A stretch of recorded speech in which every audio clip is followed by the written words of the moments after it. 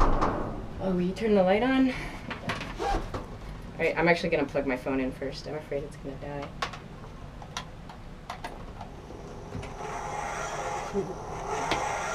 Alright.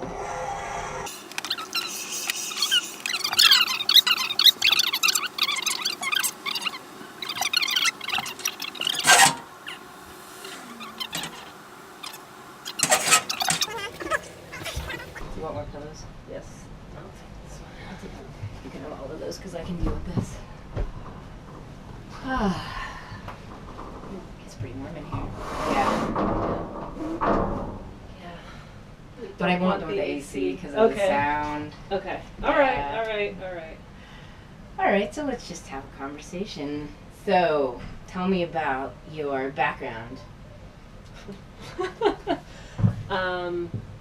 Scientific background. Mm-hmm. Whatever Okay. you want. But. So, I'm a geneticist. I studied different kinds of genetics at different points. I studied organismal genetics as an undergraduate, so that Where was that? Texas A&M, University, College Station. And that was mostly about figuring out how you can use genetics to look at evolution while it's taking place. Mm. Not for bacteria or yeast, but for mice. So something, Okay.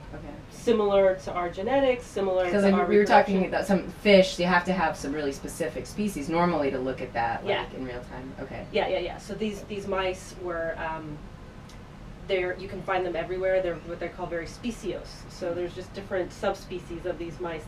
Deer mice. They live in almost any environment.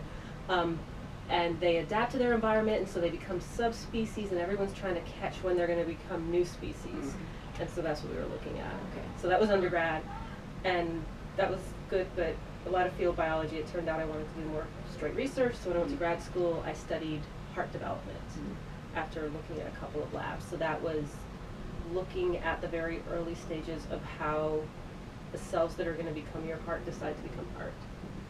Using genetics to study that, pulling the cells out really early, what makes them be heart cells but still have the ability to grow, divide, and repair, which adult heart does not, which would be really lovely for adult heart to have for heart attacks and for growing new hearts. Like And the liver, there's very few of our organs that repair, right? The liver. Well, the liver repairs, yes, epithelium, so any skin lining of your gut, hair. Yeah. Kidney can. Oh. Kidney can. Nerves, but those aren't Nerve- organs. I mean, But that's a it's really super slow. The two big problems are for like stem cells and repair are nerve, because they don't, right? And there's good reasons. We have compartment problems. If they divided, that would, be a problem. And heart, even skeletal muscle divides. I mean, they don't do it as well. So all of these do it. Like liver's a great example of it does it really well. True, your muscles repair, but not perfectly. Not perfectly. Yeah. Capacity diminishes with age. We know that has to do with the stem cells in your muscles. So there's all this. So with heart, it's just like it's kind of similar to skeletal muscle. When does so your some heart good ideas. stop being able to it's still in the womb and in like embryo form, or is it when? No. Your heart's continuing to grow. Oh right. Yeah. So it's not, and it doesn't ever seem like it completely stops, right? There's like this really, really slow rate of turnaround even in adults, but it's like all of the rest of the growth of your body. Like once you get past late puberty, adolescence, I mean, it's reached essentially its adult size. Heart can hypertrophy. Athletes have enlarged hearts. That's like adaptive because you're training it, so it's a muscle. Yeah. But that's not more cells. That's the cells you have got bigger. Oh, interesting. Just like they bulked up. How Right? funny. But that's not what you need if you have cells die because of a heart attack. You don't need the remaining ones to bulk up. They do that. It can compensate a little. What you need is like to repair and new. Get rid of that scar. Instead of putting in scar, you need to put down new cells. And how can you get it? We could talk about this forever. I know. But sorry, but that's the basics. But how did you choose science? Oh, I don't. I chose. I don't know if I chose it. It just always seemed right, and like from a very young age, like it made sense to me that this is a system for understanding the world, and I can anything that I want to know about. The things I wanted to know about were mostly scientific topics, like I loved animals. I wanted to know how the world worked, like how the plant. So what made you choose biology then instead of chemistry or zoology or something more? Cute animals. Yeah. Cute animals, because it was Okay. vet, marine biologist. But no you didn't, vet. why didn't you become a vet or a marine biologist? Because by the time I got to college, I thought about like what would I really enjoy doing, and like it was kind of still neat, okay. like, but I wanted to get more to the basic science and not like say treat sick pets, which would probably be hard. But there's research. I mean, there's a lot of research science on the animal side of it, I would imagine. I don't know what I could imagine. Oh yeah, for sure. Yeah. Like, you would research animal cures the same way. Well, I had friends that were chemical engineers that were studying sea sponges, right? For pharmacological reasons, right? Like anyway, with science, it goes anyway. All right. So, how did you first hear about the dumpster project? Okay. So I heard about the dumpster project. It was first day of fall semester. Was that a year and a half ago? It was a year and a half ago. 2013. 2013. Yeah, and we have Faculty Institute, which is like the in-service day. You come back to campus, everyone gets oriented. And I didn't actually, Jeff presented university college stuff. Like talked about like the new retention software or something. So the university like college is the first year college. First year college. Houston Tillotson. And that was the first, that's the first year programs at HT all wrapped into one college, and this was the first time it had been organized that way. So for all of the faculty being introduced to like, hey, we created a new college to create an umbrella for all first year programs. I didn't realize the college was created interesting. Because we had like Center for Academic Enhancement and the math program, an umbrella, and the seminar. But they were all, so this like was to coordinate all of them and have them support each other, the tutors, the PLCs, like everything meshed together. And so that's not how I first heard of dumpster, but that's how I first like was introduced to Jeff. Like, oh, we have this new dean because we have a new college. And then apparently, so Faculty Institute's really draining. It's very bureaucratic.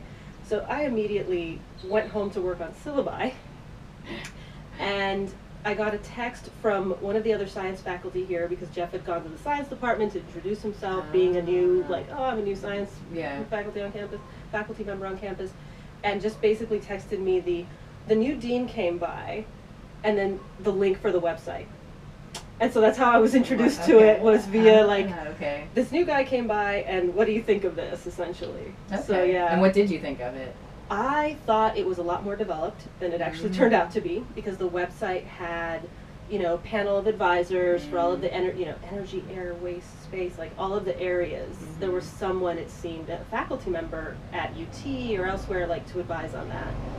And just reading the description, it sounded like, oh, this is already planned from start to finish. Maybe it's already ongoing. I wonder what stage they're in. And it sounded very, very cool, but I didn't see a place for HT. Because it had, like I said, it had all these other advisors. I thought, oh, well, it's kind of nice that he's here, but... When did that shift, that perspective? When I actually talked to Jeff about the project. Then it was like really clear that, oh no, this is a work in progress. It hasn't even started. This is the idea, is to get it going, but it hasn't started yet. And there are. So did you immediately see an opportunity to get involved once you learned that it was just beginning? Not quite with dumpster. Not quite with dumpster. I saw an opportunity to get involved, just generally like with. The student org was kind of forming around that time. So like Green is the New Black was forming. I saw an opportunity to have a lot of support for the environmental work we were already doing, like with environmental studies program and with campus. But that was still not completely formalized yet. The environmental studies program here hadn't completely formed. I know it had been pitched for a number of years. I mean, it takes a long time to get a formal, to get a major off the ground. There's a lot of process to go through. I think at that point it had been put together as like a plan, but it was still like awaiting feedback to make a revision to go to SACS. So it had been through a couple of developmental rounds of like, what courses do you faculty think we would need in a major and a minor? Yeah. And so absolutely, it was a long, at least a year of this back and forth, like, what do you want to include? Well, you have to align it to the standards, and that's what that SACS is, right? Is the for this Southern region. Association of Colleges, and they need to look at like individual courses and then how the courses fit together. Do they support the major? Do you have the faculty to support the major? Do they have the right expertise? Okay, so yeah. all right. So you're first thinking that there's some place for you to support the ongoing programs Yeah. here and your other teaching work, and then okay, when did it shift then? How did That's you? a good question, because it really did start out as me sort of supporting. Because we like met in general January. STEM. Yeah. Oh, when? No, you came and talked to me. Yeah, that was earlier. That was. Yeah, that must have been in the fall sometime. Was that before or after you came by HT for the they did It was the event at the Union? I think it was before that. I think it was just before. No, maybe it was after that. I think it was just after. I think it was just after that. When was that event? That was pretty early. Was it probably October? That was October. So you must have seen me late October, early November. Yeah. Because it seemed like you were on board then. Yeah. Yeah. Okay. So that was within. So yeah, that was between August and October. I think, like our conversations with Jeff shifted from general STEM and how like these different environmental initiatives can fit together to dumpster. Okay. And it became really clear that dumpster was going to be the way to move a lot of things forward.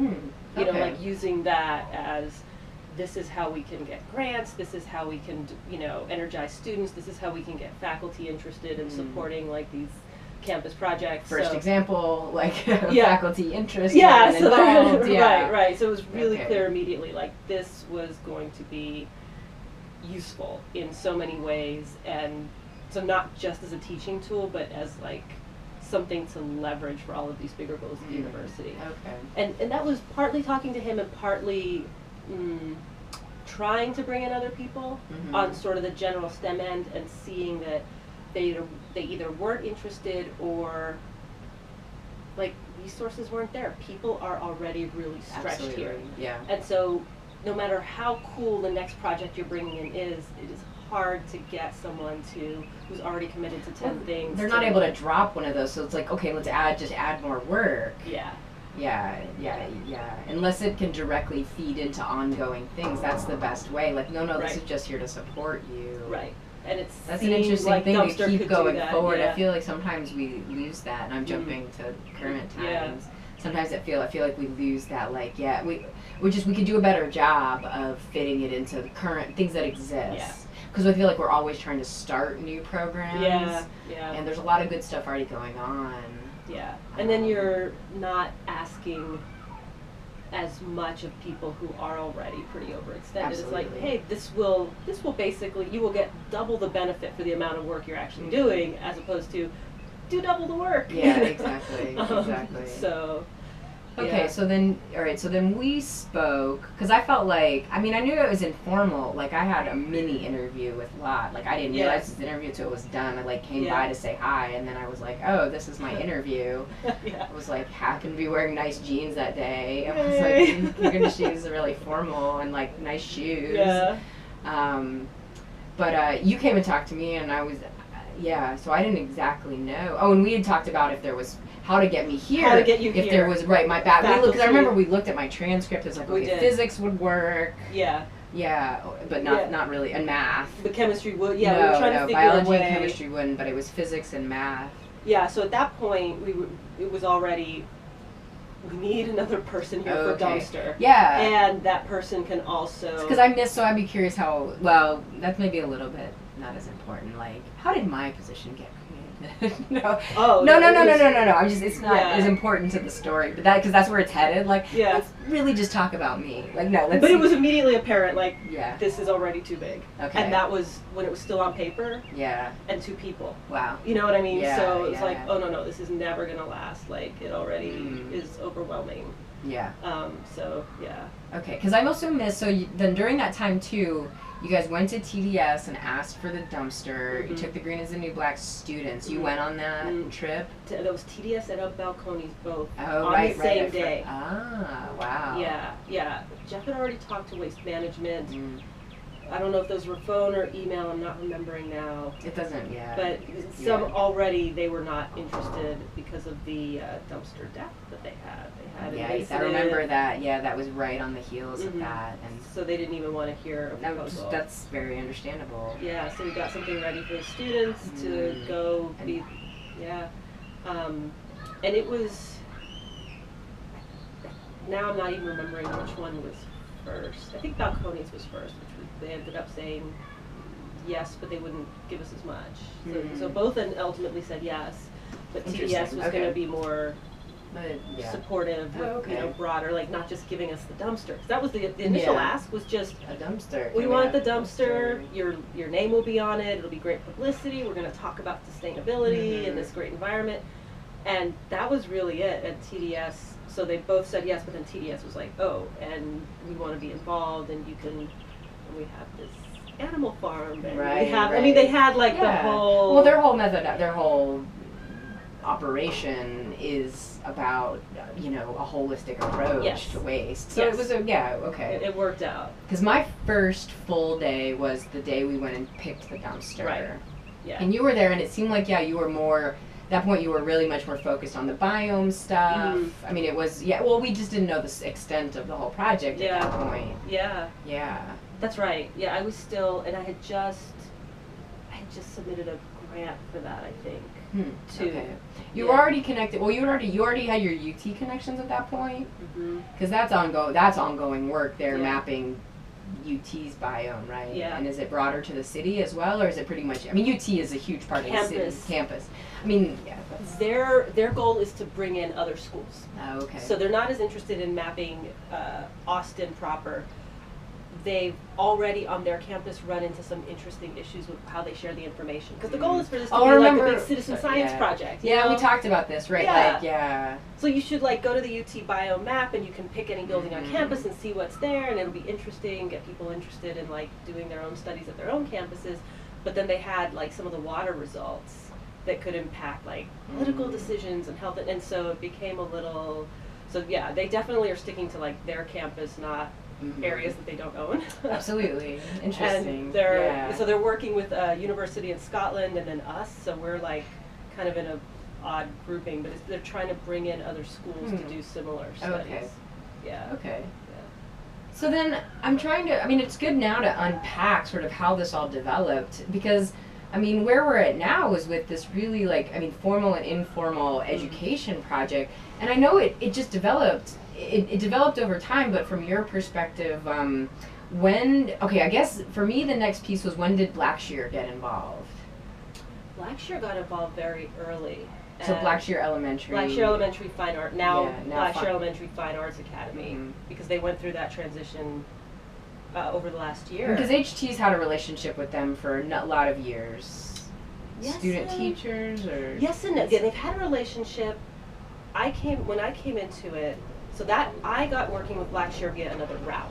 Actually, I started working with Blackshear via Donna Hoffman and Blackshear Bridge. So I had started working with them on enrichment hours, so having like sort of science. When did that start?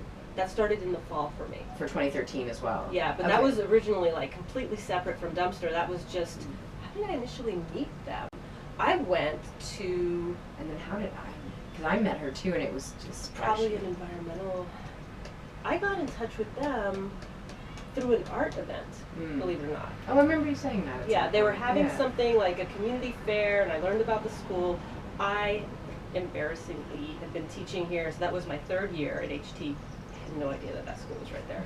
No idea. And then, so I met Donna, I met Betty Jenkins, the principal. I learned about, yes, they have a connection to HT, but it was mostly through student teaching, and there were ways that was working for Blackshear and ways that they wanted more, you know, I mean, they're right next to a university. So I started working with Blackshear Bridge on the gardening enrichment hour, and that is how Green is the New Black had the connection, was through me being on Blackshear Bridge, and getting the HT students in the garden, inviting them over here to start our garden, and that became the route to, oh, by the way, now we have this dumpster that is a teaching tool for elementary, can we, so it actually started independently, but fit another way that's good. It fit into an existing, and it's been that's one of our most successful programs, I think, that is evidence of, as we like now reflect and look back, and like fitting it into existing programs rather than starting something new. Has really, really been successful. Okay, so then is that what led to the formal curricula? Okay, so how did you get them connected specifically to the 5th grade? With Betty Jenkins, the principal? With Jenkins, and talking to her. So that meeting, that would have been probably right before you started. Because that was beginning of, that was their spring semester. So we had done sort of the informal work in the garden, brought the students over. I know Jeff came over once, like, you know, kind of doing the gardening thing. And I had tried teaching, like taking that sort of unstructured time and using it to get them to practice science. Like, that's what I wanted to do. Because then it's out in the classroom, it's a little more fun, maybe you start playing with the tools. And it worked in some ways, but then in that gardening time, it's like from K through 5. So the 5th graders, the 4th graders were clearly, like, that was useful. Like, they had fun with it, they were learning. The younger kids, handing them a thermometer didn't mean anything, you know? Right. So when we met with Betty that spring, like beginning of the spring semester, very early January, she wanted to, and we were talking about, okay, how can we bring dumpster, you know, how can we have the dumpster over there? Can Professor Dumpster speak to the students? How can we translate this to like lessons that your teachers will care about? It became clear from that discussion, because we were talking to 2 teachers at the time, 5th and 3rd, that what we wanted to do was probably best to try 5th grade, because they were going to have like the capacity for it. They benefit. They're going to middle school where they're going to have to do more of this anyway. And I think educationally, it's the time to catch them and really cement love of science. Yes. Yeah, because that's where they drop out. They drop out in middle school. They drop out in middle school. Especially girls, right? All the evidence shows that they're in it, and then it drops. So that was good. Yeah, exactly. Good timing, and it fit the learning objectives too for their, like, the reality is they have testing, and so we don't want, you know, we want it to work for them. Can we do something that's fun in your science classroom that supports the same learning objectives you have for the exams? And that makes And it happens to be that they do earth science in the 5th grade as well. Yes. Okay. So then that's it. Yeah. Okay. So then how did you, all right, so then you decide, okay, it's time to make formal lessons for 5th grade science class. How do you know, like, and is that when we started partnering with EcoRise?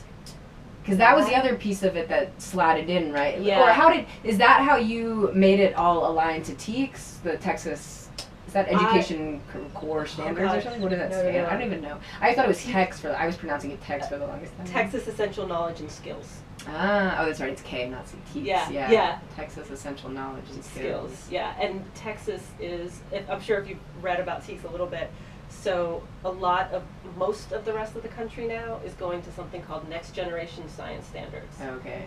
Which I just the only term I hear is that core curricula. Oh, okay, yeah. Which I know teachers don't like. No. No. But Texas is its own. Texas has its own weird little. Yeah. So, but TEKS is our weird little animal that we have to deal with. I think the EcoRise thing was separate. So we brought in EcoRise. They came to something for Green is the New Black or Dumpster. Because I was here, Early. Those conversations started like right when I got here. Like those were some of the first days. Yeah, we had talked to them in the fall, preliminary talks in the fall. Okay. And actually had put together like the paperwork to buy their curriculum and have them come to campus to train us. But the funny thing is that EcoRise, we were initially thinking EcoRise would be a good model to make a university curriculum if we were going to teach Dumpster as a full like science class here. Right. And then it turned out no, they were doing middle school, and so. And it would be changing too much. You can't just slot it into a university like that with you have to meet standards for majors. It fits in. Again, it's a piece like won't create it new, fit it into the existing. Or in retrospect, it's easy now to see that. But could this be a mod? Could you use an EcoRise module and adapt it to like a Gen Chem class? But did you already know the TEKS sort of alignment, how to make it fit in, or did you have to do all that research, or did the EcoRise? Okay. EcoRise didn't help. I don't know if all their stuff at that time was TEKS aligned actually. But I'm sure now it is. Now it is, but they went from that Eco Archive to whatever they have now, and they do revise in that. So they were going on huge curricular revisions at that point. And now they've been in that partnership development phase because the curriculum is solid. So now they can kind of go forward and make their other products. Absolutely. And, so I think the TEKS thing being aware of that came more from Betty. Talking to Mr. Boatwright, looking at their science textbook. I had to get a copy of their 5th grade science textbook, because even just teaching informally in the garden, like I I had no idea, like, what vocabulary do I have to Right, explain? right. What have they learned? Right. What haven't they? And so just Well, and having then the their math book, part of it, like what math that they had. I know in class when we've Yeah, been that approaching, came up, right? yeah, it Yeah. really, it's funny how just one subject will touch upon all the others. Yeah, which yeah. I wasn't prepared. I was like, oh, well, I know that they know this from science. Like, they should have learned this in fourth, but they don't have it. But then, yeah, the math part's like, oh, right. Right. Pay attention to where they are in their math Yeah. curriculum because they're getting there this year, but they're not there yet. Yeah. So, yeah, that was probably more. And EcoRise wasn't, for whatever reason, EcoRise didn't seem like the right template for the Dumpster 101 that we started doing, because their process, like their design model, really relies on having multiple sessions around a theme, right? Okay. Like, you know, they do the Yes, brainstorming yeah, and then the exactly. refining and all Right. that. It's really a human-centered design process It adapted actually for is. kids. Yeah. Yeah, Yeah. that's exactly. Well, that's what why it's so beautiful. But Yeah. right, it But requires you need to a s- dedicate right. more time, and we wanted ours like needs to be Self-con- standalone. Mhm. You know, again, you have you instructor who are trying to get to use this. You have realities in your schedule. Maybe you have one lab period or maybe two for us, but you probably don't have a 5-lesson series on one thing. Well, but at the same time, that fits in. Like, we're not ready. We don't want to be like, oh, here's your semester's worth of material. Like, we Yeah. have a lesson at a time, and it will build Yeah, to something like that. yeah, But right now, like, no, let's just develop one lesson at a time. yeah.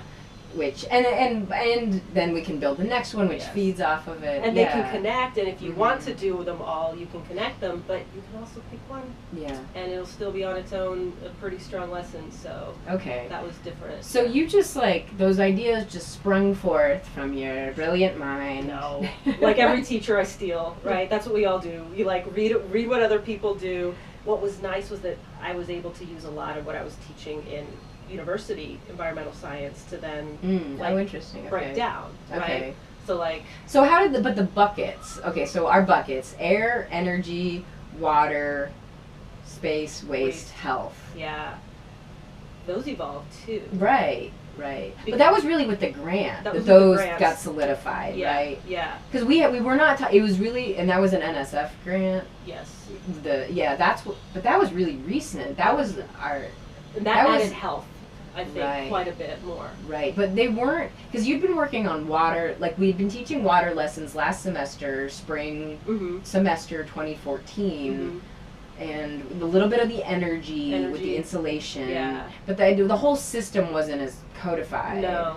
And I had done food in the garden, Right.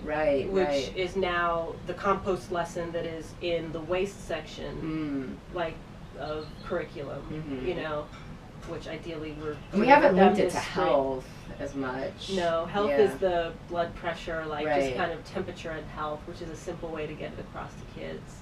Yeah. We could do something a lot more sophisticated with high school, you know, Mhm. eventually, if that's the way we want to go. Okay. Yeah, but the buckets did evolve too, because the first, like the grants that were drafts that Jeff brought with him from Brownsville, they had energy, they had water. They must have had air, because he's been talking with Corsi for so. No, they didn't have air. They Okay. did it because I'm trying to. I've read some of them. I'm trying to remember. they actually, well, It's they, been a the while. questions they had like, how will Professor Dumpster clean his water? Oh right, I remember seeing. Yeah. How will there was one that was about power, or how will Professor Dumpster charge his iPhone? So that was the energy question. There was like a technology one that was weird that got dropped out of it. Looked like the first few grants, which was something about would you be able to use like Wi-Fi in the dumpster? And what would it, like Okay. kind of a communication connection one? Is it going to be too much of a Faraday cage? Yeah. So Yeah. that got dropped relatively quickly. So which was the other one? The other one must have just been the space. Which kind of makes sense with like those graphics from the initial, like the initial 1% view. Right. But that wasn't in any of the original grants. That evolved because it was like, okay, the new 1%, which it didn't. It just never really connected. The numbers were never quite I right. know it bothered me that the numbers were off. I mean, the 2,400 square feet for the average Yeah. American house, the 33 or 36 square feet, even saying like approximately 10%. It Yeah. we're all varying flavors of scientists. That always Right. kind of bothered me. Yeah. That's a little too much rounding. But the orders of magnitude, I mean, it is still like 2 orders of magnitude less, which Yeah. is where I think, That's a good way to put it. Yeah, we'll have to see if that. I don't think that connects with people. I mean, and we need more. I mean, I think a lot of what we, like the more visceral we still don't have a good way to like snap it in people's mind the size, because every time they see it, which is a good thing, maybe we don't want to get rid of that, except for the people that don't literally get the chance to see it. Almost everybody that sees it is like, that is much smaller than I expected. Yes, I think that is absolutely right, and that's really important. You can actually read an article about dumpster and then come see it and still be surprised. Even though you might have read about, well, they did this to the floor and there's an air conditioner, and it's still, which is great. But we have to have a way that we can connect to more of the adult audiences and really give them a clear vision. And we haven't. That's something to think about. Because I liked when I was talking, so with like the solar guys, about, you know, really tactile experience of it, and how, you know, well, one of the things, we have temperature measurements. I love the data side of it. I was like, oh, we need to make the dashboard really friendly and think about infographics, and there's this bunny that's happy and it's green, and it's angry when it's red if the temperature, the comfort rabbit. But he was like, no, it's like that's even like too complicated. Like, this wall is hot, or this wall is comfortable because we have this metal box. I was like, oh yeah, like, let's back it up a level. And the size thing, we don't, I mean, you can't do that either. Those are for when you're coming to visit as well. And for kids, another thing to think about without hurting them because they're touching a burning wall. What's the material that they put in mood rings? Oh, yeah.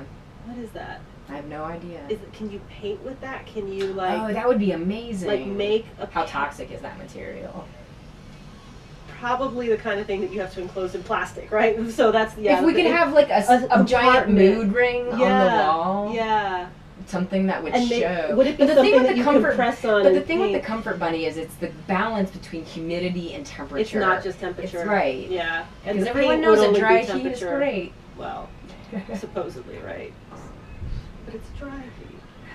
It's much tolerable up to much higher levels than a humid heat. Anyway, so... so for space, what is the analogy or the immediate visceral comparison that will get people to recognize, like, I could fit this dumpster in my garage. And we've played around with it with drawing the tape outline, but we haven't, we just drew it and we didn't actually say anything. I mean, that's one way to do it when we're doing an activity, but in a presentation... I don't know if something that you say... You know what, you've done this, and I think I like it, is when you hold out your hand and you do the two. If you do 4 people, that's a good one. That's actually a good one. Yeah, I mean, that's 4 actually adults really just come up to the front and another person in the middle. And it's like that. Those are your walls. Or like sitting, and I'm just thinking so they can like lay down, because if you get the tall person in the middle and they have to go diagonal, that's a pretty clear. And that'll be good. I mean, at a conference, maybe not so much, but in an even a semi-formal setting, to also like wake the audience up. Like, oh no, you're getting out of your seats. At least a few of you, and everyone else wants to see how we're going to embarrass the people that had to get up. Okay. Yeah, because otherwise, no matter how creative those are, you're always asking them to visualize, like, you could fit this many on the planet. You know, like, because none of those. I mean, I hate the carbon measurements. I mean, okay, we're safe. I mean, but football fields of trees somewhat works, but I think we're saturated with it. And now it doesn't mean anything. It doesn't. It's just, instead of just numbers, it's just analogies. Unless you have like really amazing visual sense, I don't think, like, can I picture really what a football field, like, no. I need to see it. I think, so the other thing, so listening to like Gail speak last night, I want to get her book, because she also lays out, and because she's so connected to healthcare, which is humans, which is very like intimate and visceral, and everything we're trying to connect people to, I think there's some really good lessons from, especially there's a whole chapter in the beginning about how they measure sustainability. And for healthcare, she had really obvious metrics. I was going to ask this question, and then she answered it, like, are there metrics that are so they did the quick backstory. You know, she had no idea about LEED for healthcare, or she was green architect for decades, but nothing to do with healthcare. And then she was asked, oh, with a partner, can you do this healthcare standards book? She's like, no. Realized no one else is doing it, so okay, let's do it. Yeah. They did one round, and it's case studies. You know, they had to look very hard, and you know, they had a set of, I forget, 15 or 20.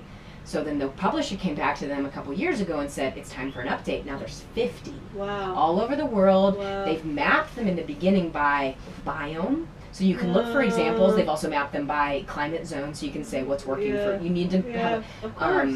And so it's getting to the point of, okay, well now you should have enough years to say, like, okay, there's statistics that show that these hospitals are actually healthier. Like, they're built to it, they have to be built to the same standards. Are there now better results? Yeah. I don't know that that needs to be the be all end all measure, but for a hospital it seems very clear. I mean, there is, so medical errors, nurses that have access to a window in their lounge, 40% reduction in medical errors. Wow. So they're like, even if 10% of that is just true, that's a still no-brainer. Yeah. Wow. So now she's like, no matter what, first thing, there will be windows in the nurses' lounge. No matter what, like, that is a guarantee. That is fantastic. Yeah.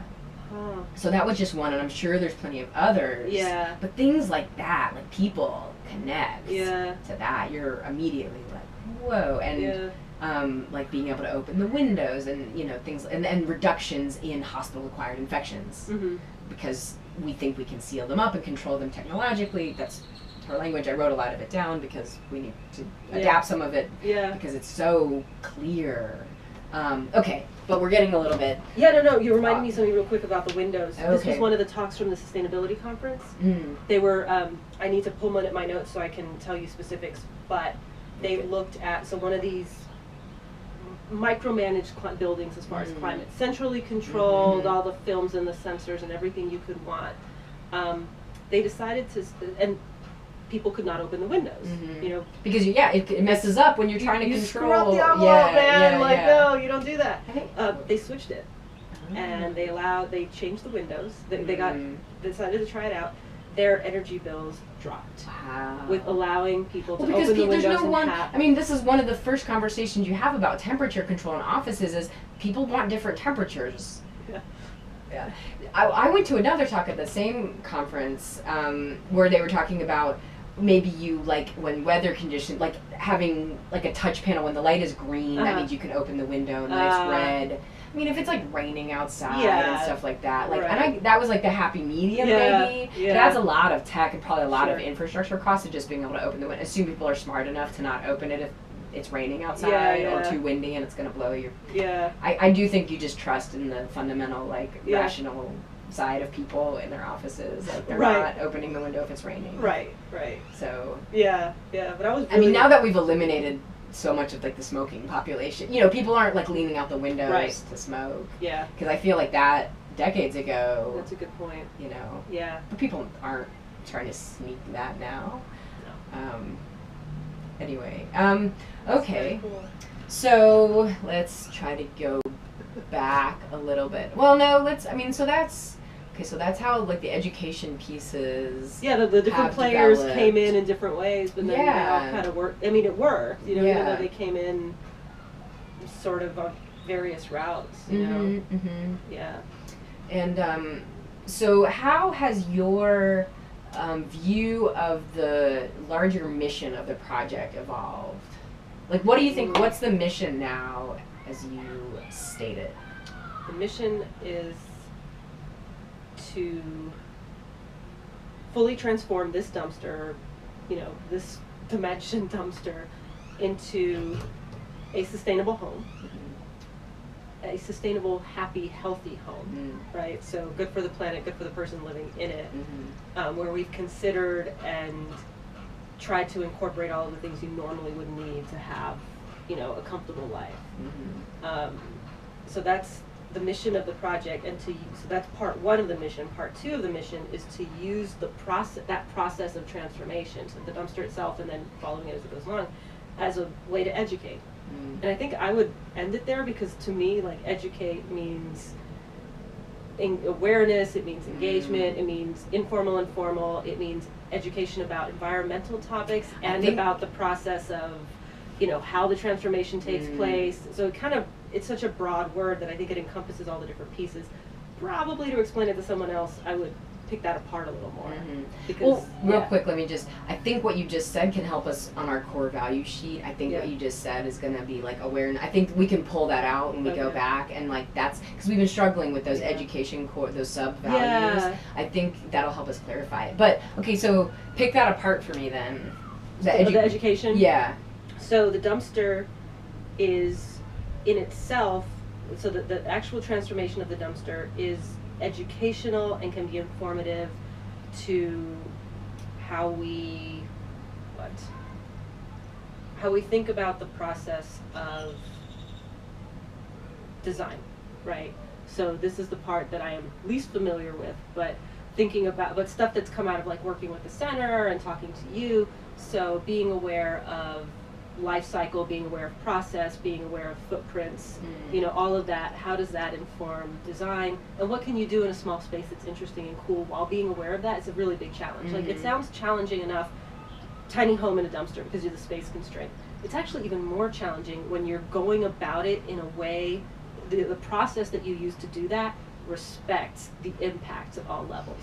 What do you put in and what do you get out? So that, I think, is a really big challenge. I think anything that we learn about that can be informative to people in that world. So that's kind of the one education, like almost the technology design education. And then the other parts of education would be separating out like informal ed, the kind of science and sustainability awareness you build with the public, with people who read about it, people who visit it, people that you talk to about it, just by presenting the challenge of dumpster to home, why are we doing it, right? That's already such a big talking point to bring environmental awareness to the front. So that's huge, and it's powerful. Like, we've seen how engaging and powerful it is. And then I'm just going to start taking some notes because I want to circle back. I want you to keep talking, but I want to follow up with some questions. Yeah, and then the formal ed would be using the dumpster as a tool for, you know, ideally K through 16 right now. Like you said, we're starting, you know, we start with 5th, we move to 7th, but using this as a way, maybe umbrella is a good word again, as an umbrella for STEM and sustainability education at all of these levels. And training, one of the nice things about, one of my favorite things about the dumpster as an educational tool is that it is truly a practice what you preach. It is open-ended. It is an experiment. We don't know how it's going to go. And those are the very things that make science exciting, that ideally you put into a curriculum. And so we have that, even when we have to be, you know, formulaic about the lessons, because they're reality. Students need to get the basics before they can experiment. But the bigger picture is so experimental that we bring that in right away, you know, and they're aware of science is a process. We don't know the answer. That's why this is why you're learning that boring math stuff that you don't like. It's because you get to work with questions like this. This is what you get to be part of. And it's connected. It's not like a separate thing, like they're special people who practice science. No, you're doing it. And this is how you get there. I mean, that's like... Yeah, because very often it does seem like there's a huge gap missing of like, well, how do you get to be a scientist? And I think, you know, you go to school, you like, but there's still a gap. So, okay, so for education, you answered the like, why do we do this? For more like adults who already have their career, who aren't looking to be scientists, why are we doing it? Why are we doing it? Like you and I doing it? No. For adults who want to come to the dumpster. Those are very personal. I was like, I don't know why you're doing it. No. So why educate with this for an adult audience? Oh, because it takes them completely by surprise. Like, I don't care how old you are. Like, it's a dumpster house. It is. And oh, sorry. You should. Well, it's just so surprising. You can't. I think with adults, well, no, it's always harder with teenagers, but it's almost the same problem you have with like a student in a classroom who's just heard it before, is bored, doesn't care. Like adults, like to some extent, a lot of adults know this stuff about sustainability, right? I've heard it, I've read it, I know that this is happening, but then that never changes their behavior, or who they vote for, or what they donate money to, or how they make their purchasing. It just doesn't make the translation for a lot of them because, well, that's out there. You know, it's not part of my life. And the dumpster home thing, right? The trash container into house, and what do you need for a home? Like, that's a very personal question that you can get them to reflect on and connect it to the environmental pieces. So I've been getting this question more and more frequently, and I realize that I'm struggling with it for adults, because we talk about the project being not prescriptive. It's open-ended, both in process and design, but also in message. We're not trying to say how you don't, not everyone needs to live this way. There is no one way to live sustainably. So, I mean, there's the really obvious ways about when people say, well, what does the project tell me? Right. What do you as an organization, as a project, tell me about how I should live more greener and more sustainably? Yeah.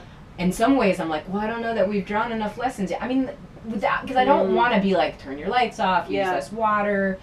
What is, like, and a lot of me, I don't want to say this in public, like this question came up last night, but it's like, oh, well, we don't quite know yet, we'll get there yet, because we're just starting, and we've been focusing on kids, and we're teaching them, like, the science, and, like, learning, and a lot of that. But for adults now, what can we say as an organization? Like, what are our suggestions for living more greenly and more sustainably?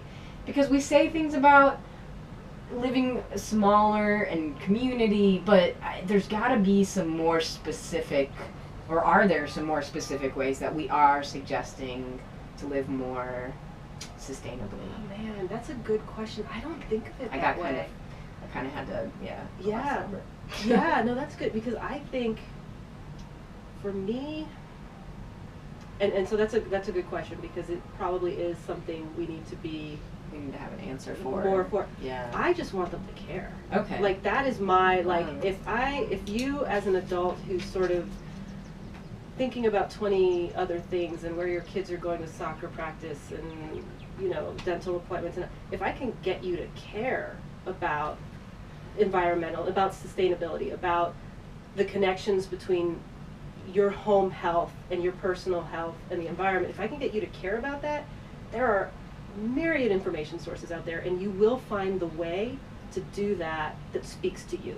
And maybe for one person it's more about saving money on energy, and there are plenty of resources for that, and maybe for another it's, hey, finally deciding I'm going to pay 30% more for organic produce, because I believe that it's going to help my kids' health down the line. Like, it might be a different thing for each person. I don't know. Right, that's what we want it to be.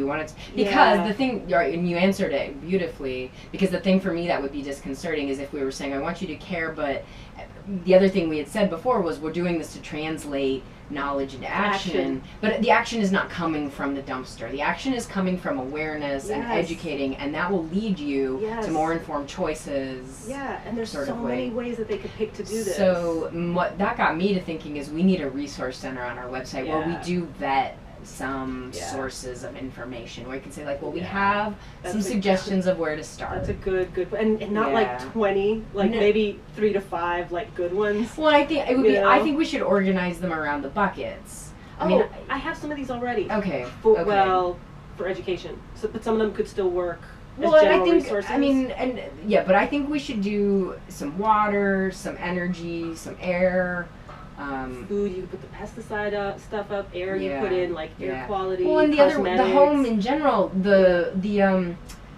one of the things that one of the resource workshops we had was the home testing, right? Idea. Yes, that, like how to go and test your home or just and educate yourself about what's in your home, because if we can get people thinking about materials, especially with how quickly Austin is growing, and I'm just aware of this with seeing homes being built in my neighborhood, and just I'm like, what are the materials are those? I've been talking with Gail. I mean, I think more and more about the carpet in my home, and it's the carcinogens. Like, so Gail had beautiful. She's like, we have not made a carcinogen-free hospital yet, but it is my one of my purposes of my life to make a carcinogen-free from top to bottom. That is horrifying. Think about so then I started thinking, think about a hospital. That's overwhelming number of materials, but I started thinking about what is the number of materials in the dumpster, and I think we could do a really interesting, simple cataloging. Yeah. But it's way more than you would first think. Yeah. Because originally you're like, okay, well, we have organic cotton.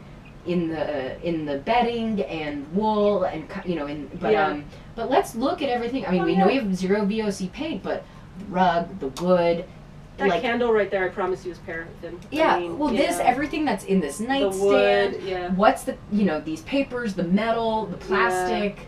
We have, I would think it'd be really interesting. Of that air conditioner, exactly. That foam, the filters on those window units. Yes. It's that foam material that's... We don't know what's in these pillows. Yeah. That actually would be a really, and then we could do like here's where we started, and then here's our rehab, and exactly. So someone else asked that question, like, what about the materials? And I'm like, we're not there yet, but that's a good goal for us to have. It's like eventually we want to be a 0 carcinogen home, and just show what it how much thought and process it went into it. And again, that could be, if we're demonstrating that, maybe someone couldn't borrow all of it, but they could pick my bedding, or what's the biggest percentage of my house? Is it bedding or carpet or floor, or whatever the material is? Yeah, because we've got good partners for that too. So there's a way to connect to bring Corsi back for pieces of that and get. I think there'd be really interesting little pieces of video to get him talking about specific things. That's really, I really like having that, because then it's like you said, you're not completely on your own. You get them caring, you get them thinking about it, and then second part, they have the resource if they want to follow up. Yeah, and to show that it was a process too. We didn't just make a fully So the other thing, okay, so circling back for a minute, I've been listening to a lot of healthcare podcasts and news lately. There's a lot of stuff going on right now. There's a couple of different, On the Media is doing a cancer show these last couple weeks. And a lot of, they're really, really good, because it's one of the main interviews is with the guy who did The Emperor of All Maladies. Ooh. So the book is great. He's a great interview too, it turns out. But it goes in a lot of different directions, because one of the pieces that I find really interesting that connects to us and how we talk about greenwashing, and people are sort of, everything has, you can get anything with a green label, and it's nonsense a lot of the time. And people know that it's nonsense, so then you stop caring. And maybe it stops affecting your choices. But how it connects to science and what we're doing is the media point of it. Things that get reported, small advances that are not breakthroughs get reported as breakthroughs, and then people are like, well, last week you told me coffee was so they did a study of butter margarine, right? They did a meta study of the press of butter versus margarine, and which one is more carcinogenic. And they basically don't know. Each study flip flops back and forth. And there's no so people that all gets reported, and then people are like, so the answer becomes, well, pick your carcinogen. Everything is toxic for me, and that's not true. Because there are certain behaviors that definitely will lead to better health outcomes. So where I circle back to the dumpster is, and I think, I don't know, somehow do you feel like we're immune from that? Because if we're talking about things that didn't work and things that worked, how do we avoid that in the future? Are we avoiding it? Are we in danger of getting to that point where you're like, oh, well, first you told me this material is okay, and then you told me that much, or you guys don't know what you're doing, and this is not anything. I think we're okay, and I'll tell you why. And I like where this is going with the idea of empowering, giving people the interest and then the tools to make their own decisions about what they do sustainability-wise, because it's more in keeping with that transparent, open-ended nature, and having the conversation. Conversation was a word that was very early in the mission, right? Keeping the conversation going. The problem, I think, with that you just described, and it happens in all of science, right? These little we cured cancer, we cured heart disease. You know how many stem cell papers supposedly you know. And cancer just gets a lot of the splashy news because it's a big killer. Yeah, but they come out and then, oh no, we were wrong. But you're right, heart disease, any of those. I think the problem is that they get reported as, here's the word from on high. Here's what the authorities are saying.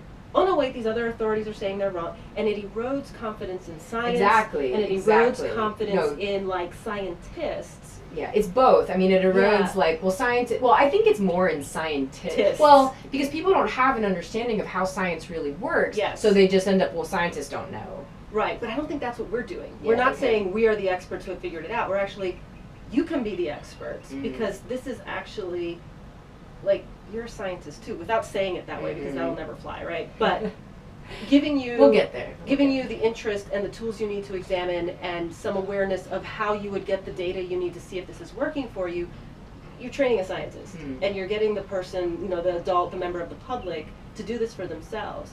So I don't know if we have the same problem as long as we're putting it in your hands. We're not telling you, we tried this, this is what seems to be working, try it for yourself. Okay, so how do we... And this is the best thing we know now. Right. We could learn something That's- later. Okay, so how do we then, so this gets back to like resources, I mean, how do we try to responsibly put information in people's hands so that they aren't going to then go out there and be like, oh, science, like, I get a ton of mixed information. Yeah. I mean, we can't completely avoid that probably, but we can start thinking about ways to maybe more clearly express that, or... We could even put that on the top of the resource page. Like, you have to really carefully vet. I think that's going to keep us down to 3 or 4 per, right, that are really good. And we can have a statement like, here are resources to get you started. You know, science is a process, we're learning something new every day. This is the best information we have now, but you always, always go back, always check. But does that, so then we have to be careful, like, it's the double side of it, right? We don't want to say we're the experts on high. We also don't want to say, well, you can't really trust any of this, right? Some of it has to be trusted. This is the best information we have now. This is the best we know now. Yeah. I mean, I know as scientists we're always going to want to say that. We need, but does that, because that's what, well, it was, most, and we can think of the specific, think of how to, right, because that's a fine line. Yes, exactly. Not like this is going to change tomorrow, but because there's some things which are established. I mean, like carpet, like standard bearer carpet is like, there's a number of things bad about it, from processing, how it's made, the materials that go into it, top to bottom. But we're also not trying to say I live in a rental with carpet. What am I supposed to do? Yeah. There are no clean answers to all of this, but we don't want people to then just shrug and be like, okay, more greenwashing. Like, you can't do it. Like, it's again like, well, everything's carcinogen, pick your poison. So I should just give up and not worry about it at all. And we don't. Yeah, you're reminding me of something I've read. And I think that this is probably something that has been addressed, that we might be even able to point to a resource about how do I make, when there are this many decisions. This is this is kind of like what parents go through when they're figuring out, well, what do I want to do about my kid's food? How, it seems like it's 20 different things you have to account for, so how do you pick which are the most important? And the answer is not give up. The answer is for your family, which are the most important, right? How do you determine that? How do you empower that person to make the decision? For my family, I have all these constraints, right? There's this is my budget, but this is so I'm gonna keep off the dirty dozen pesticide produce list and buy organic meat because we eat a lot of meat, and then everything else is whatever it is. Yeah. But that is tricky. I think you're right. We have to address it without being we can, as scientists, we want to not be we know we can never be 100% sure, and then we can sound wishy-washy when we leave that room for error, room for learning. Yeah. Yeah, that's a good point. We don't want to run into that. Yeah. And, okay, so I just wanted to, I think we should start wrapping up, but I wanted one more thing, because one of the things I really like how you talk about is using the dumpster to bring things into focus. And you talk about this with the water, like inputs, outputs, but I just like the way you say it about how the dumpster brings to focus on the specific processes really specifically, and the whole idea of making invisible processes behind things visible. Yeah. But I like the way you say it. I'm sorry to jump back. I know. I'm trying to think of how we normally get there, but it's sort of like, how is the dumpster how is the dumpster this amazing educational platform? Like, why is it such a good teaching tool? Okay, yeah. Why is it a good teaching tool? Okay, because in some ways, because you're starting with an empty box, and you have to think about everything you need to make that box into a home, right? So it's very, very different if you ask someone to look at their own home and think about where things are coming from or things are going. That's not really interesting. Water comes from the tap. You know, my temperature Power control comes from plugging in the wall. It, yeah. And having to trace it out is a little, it's mundane. It's not exciting to really think about that. People know that there's a power grid and power plants and you see it every day. It's not, there's nothing cool about like, oh, I turn on the light switch and it works. But if you start with the empty box and then you have to throw out the challenge, okay, how would I power this? How would I supply water? How would I supply food to this little box that's in the middle of nowhere? Then that's where you get them thinking. And again, it can be all levels, right? Depending on what grade level, you can change the sophistication of what you're asking them to do. But it's, what are the inputs? Where does this come from? What do you have to do to gather it, process it, deliver it, right? If it's water, where's it coming from? How do you clean it? What does that mean? How do you deliver it to the home? What happens when it's in there? Where does it go after that? And so that ties your home. So the invisible processes become visible. You have to think about all of those stages, all of those steps, and how they get to your home, inputs and outputs. And then it makes you aware of your home as part of the environment. Your home is not separate from the natural world we don't live in bubbles. Like natural world has impacts on us, we have impacts on it, and those flow through the home. And so that's another, it makes you think of your home as being part of the planet, part of the ecosystem, not this special bubble. Yeah. But that's so scary, right? Because our home is our safest spot, and the environment can be scary for a lot of reasons, whether it's wild nature or it's toxic nature or toxic city environment. Yeah. So that can be scary. Right. Yeah. But it's important because that's one of the health connections, right? Absolutely. Like if the input to your home is substandard water, nasty polluted air, food that was grown with pesticides on it, then what does that mean for the environment and the people living in it? So that's critical, important stuff. I don't want to end on, because then it's well, what do you do if you're, financially restrained, resource restrained? We don't have, we're not trying to come up with answers to that, but that's a pretty, those are a little overwhelming to think about, right? Some of them are. I think some of them you can solve. I think for students it doesn't seem as overwhelming because you're presenting it to them, we present it to them as almost technical problems, especially with the young ones. It's how do you clean water? We don't want to get into the price of filtration materials or how inefficient it really is to clean water to a certain level at scale. We don't talk about that. That's something that maybe an adult or maybe even a I'm coming at it from my adult perspective. From adult perspective, it is a lot, right? It is how do I... Well, and then I think this is why we can have some resources. For me, it's beginning to come back to that. There is no easy answer until it's awareness and we all agree to care more about the environment as a whole, big E environment, we're Earth. Yeah. And if we clean up the Earth, then if we're connected to it, that's all right. Because exactly. It's not, that's where I could see this being a community building tool. Not necessarily in the way I need to be outside in my community to get food because there's not food in the dumpster. That's my personal experience of community, but what about as building this awareness that, oh my gosh, if the environment is toast, so am I.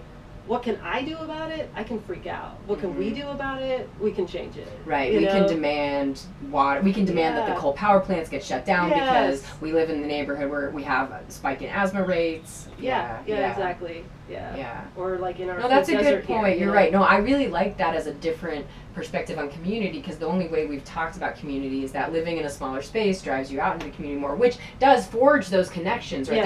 There is a powerful connection there, that's true. But it's not the only way, because some people need more space, or want more space, and that's fine.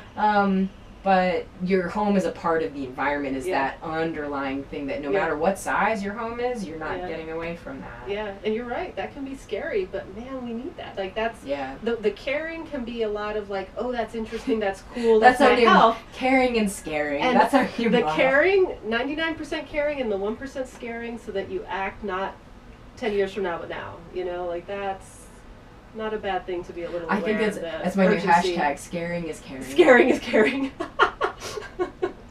Let's start tagging all the dumpster stuff. No, that's not. No, just some of them. Scaring is caring. This plastic bag will last. How many years will this last in the landfill? Scaring is caring. I think that's kind of an overuse. It is. It is. Yeah. Or the turtles with the rings. We can think of some new like dumpster related like analogies. You know, not right now. Yeah. I think that was great. Did it I help? Think, yeah, Yeah, I think okay. that covered a lot. Yeah. Cool. All right. I didn't forget the camera was there, but mostly. So. Well, on that note, let's call it a day. An hour and 7 minutes.